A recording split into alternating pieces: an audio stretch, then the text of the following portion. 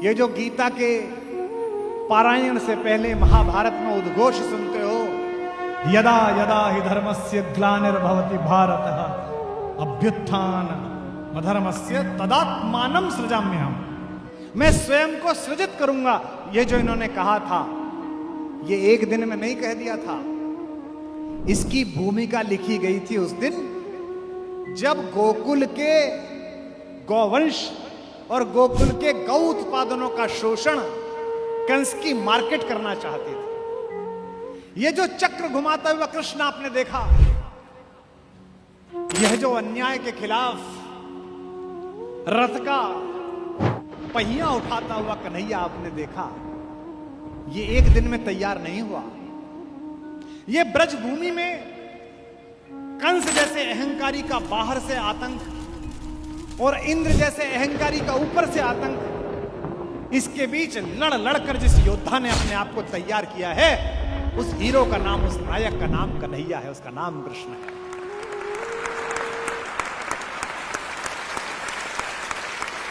मैंने अपनी मां से एक भजन सुना, बचपन में इसे भजन को सुनता था मैं, मुझे लगता था इसमें क्या खास है, बस मां प्रसन्न है इसलिए गा रही हैं। कन्हैया ने अकेली जाती हुई एक गोपिका को घेर लिया। वो दूध लेकर मथुरा जा रही थी। इसे सामान्य व्यवहार में कहें तो यह खराब बात है, और उससे कहा दूध वापस, और नहीं करेगी तो ये रही गुलेल, अभी मारूंगा मटकी फूट जाएगी।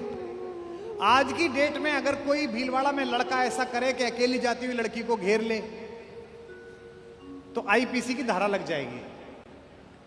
अब इससे अर्थ क्या निकलेगा? जब मैंने कृष्ण पर बोलने का संकल्प करा तो मेरी मां ने कहा, ए लाला, ये जो तू कथा करेगा इसमें ये वाला भजन भी सुनाइयो। मैंने कहा ठीक है सुनाऊंगा। बोली मैं टीवी पे सुनूंगी। मैंने कहा ठीक है सुनना। अब वो सुन रही होगी। अब मेरी टीम ने मुझे कहा सर इस भजन का क्या करेंगे, इसमें तो कोई अर्थ ही नहीं है। मैंने कहा नहीं, आपकी दृष्टि नहीं है अर्थ निकालने की, इसमें अर्थ है। अकेली गोपिका घेर ली और उससे कहा कि ये दूध तुझे ले जाने नहीं दूंगा, ये मक्खन तुझे ले जाने नहीं दूंगा। मतलब क्या है इस बात का? और अपने भाई अपने दोस्त बुला लिए और मक्खन वापस छीन लिया। पूरी दुनिया में यही लड़ाई चल रही है। प्राकृतिक संसाधन जिनके हैं, पहला अधिकार उनका है। सबसे पहला दूध गोकुल के बच्चों को मिलेगा, किसी अहंकारी कंस और उसके दरबारियों को नहीं मिलेगा। यह घोषणा है।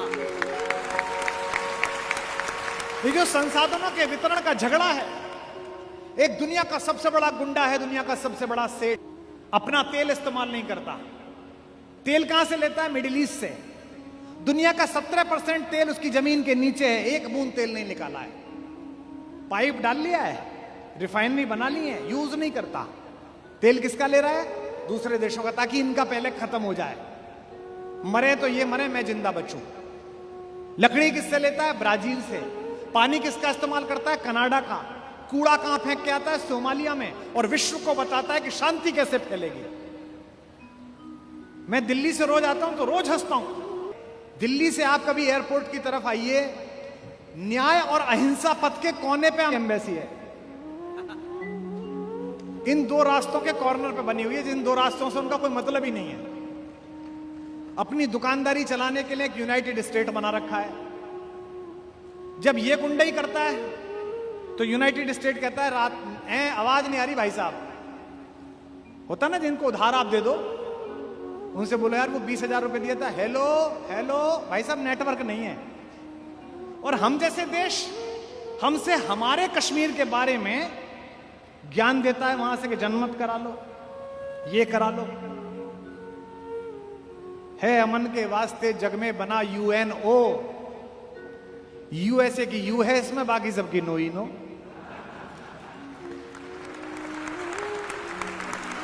ये जो संसाधनों के वितरण का झगड़ा है, ये कृष्ण का संघर्ष है कि पहले दूध ब्रज के बच्चे पिएंगे, पहले मक्खन ब्रज के बच्चे और युवा खाएंगे, पहले इस प्राकृतिक संसाधन का इस्तेमाल यहां होगा।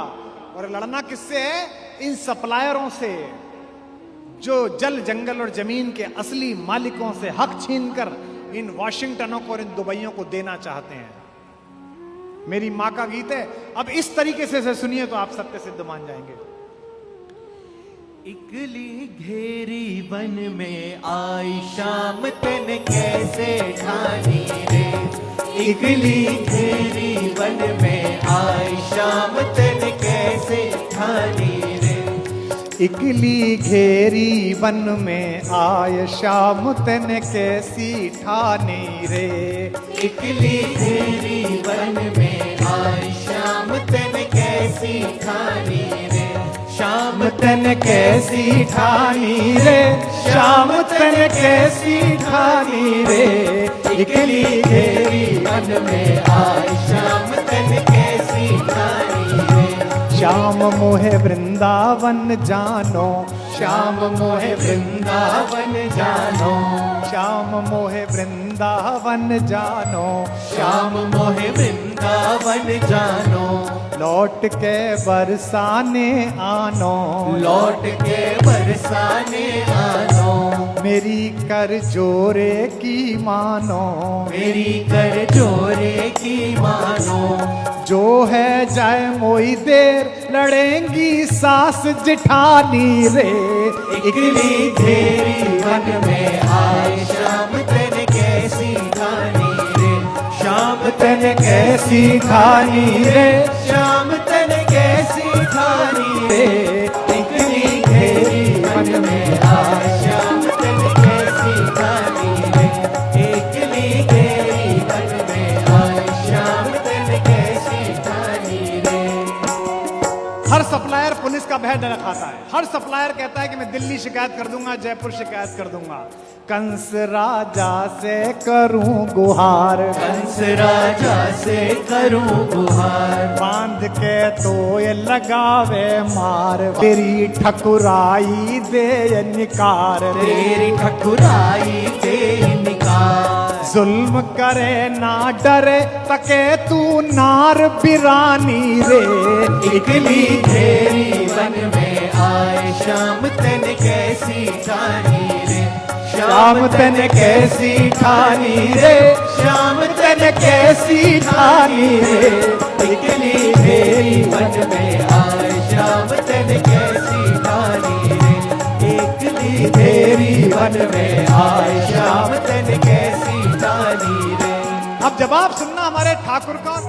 कंस क्या खसम लगे तेरो, कंस का कसम लगे तेरो, जा दिन जाए मैंने घेरो, जा दिन जाए मैंने घेरो, मारवा को कर दूंगो केरो, मारवा को कर दूंगो केरो, याय कु जन्म भयो मेरो, आए को जन्म भयो मेरो, कंस करूं निर्वंश मेट दऊं नाम निशानी रे, इकली घेरी वन में आए शाम तन कैसे ठानी रे, शाम तन कैसे ठानी रे, शाम तन कैसी ठानी रे, इकली घेरी वन में आए शाम तन कैसी ठानी रे, इकली अब क्या है? घेरी वन में आए। अकेले कृष्ण से रुक नहीं रहा। देखो आप आनंद, प्राकृतिक संसाधन की लूट हो रही है, हमारा ब्रेन छीन के ले जाया जा रहा है। कृष्ण ने क्या कहा?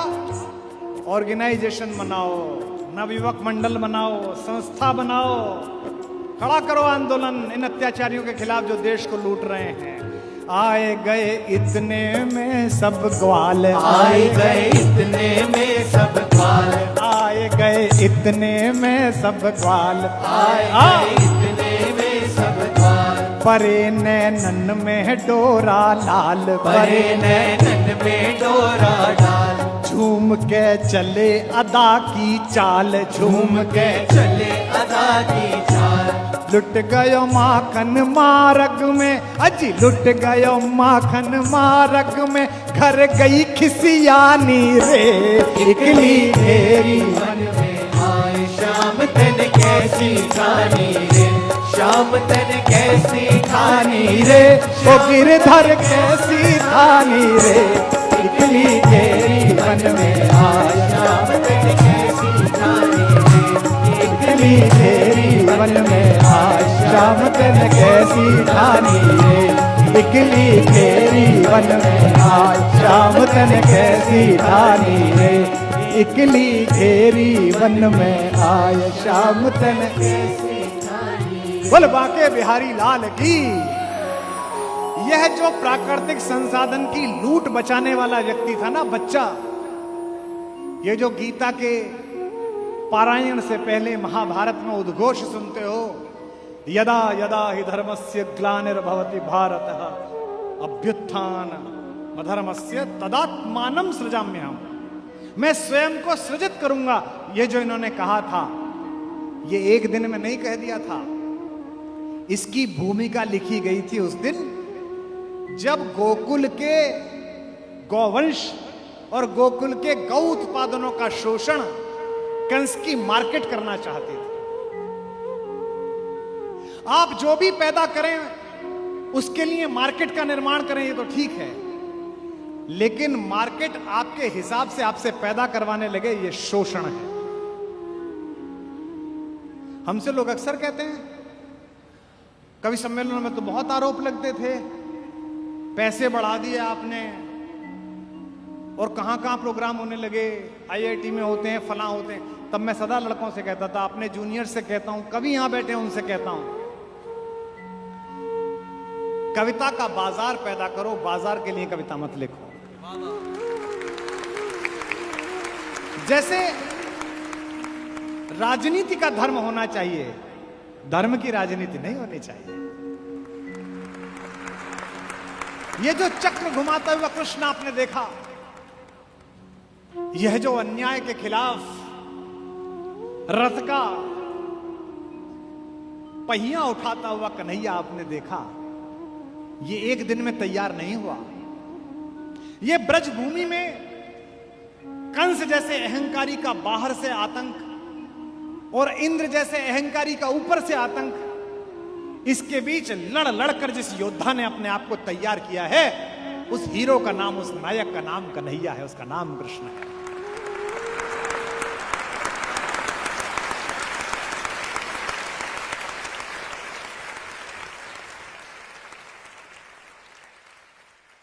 राम के जीवन में अर्थ है और कृष्ण के जीवन में रस है। इसका मतलब यह नहीं है कि अर्थ नहीं है, रस ही सबसे बड़ा अर्थ है। नृत्य करते समय कई बार नर्तक जब स्थिति को भूल जाए कि वो कहां नाच रहा है, कलाकार जब पेंटिंग बनाता हुआ ये भूल जाए कि कितनी देर से उसने पानी नहीं पिया है, गायक सुर लगाता हुआ जब ये भूल जाए कि वो चौराहे पर है कि एकांत में है, तो उस अनहद सीमा को रस कहा जाता है। भगवान कृष्ण 24 घंटे इस रस की सिद्धा अवस्था में रहते हैं। ये सिद्धा अवस्था आ जाती है तब ये साहस, ये संकल्प और ये सौंदर्य पैदा होता है कि इस जहर के सबसे बड़े प्रतीक जहरीले काले नाग के फन पर चढ़कर भी आप बांसुरी बजाकर डांस कर सकते हैं, नृत्य कर सकते हैं। तभी सिद्ध है।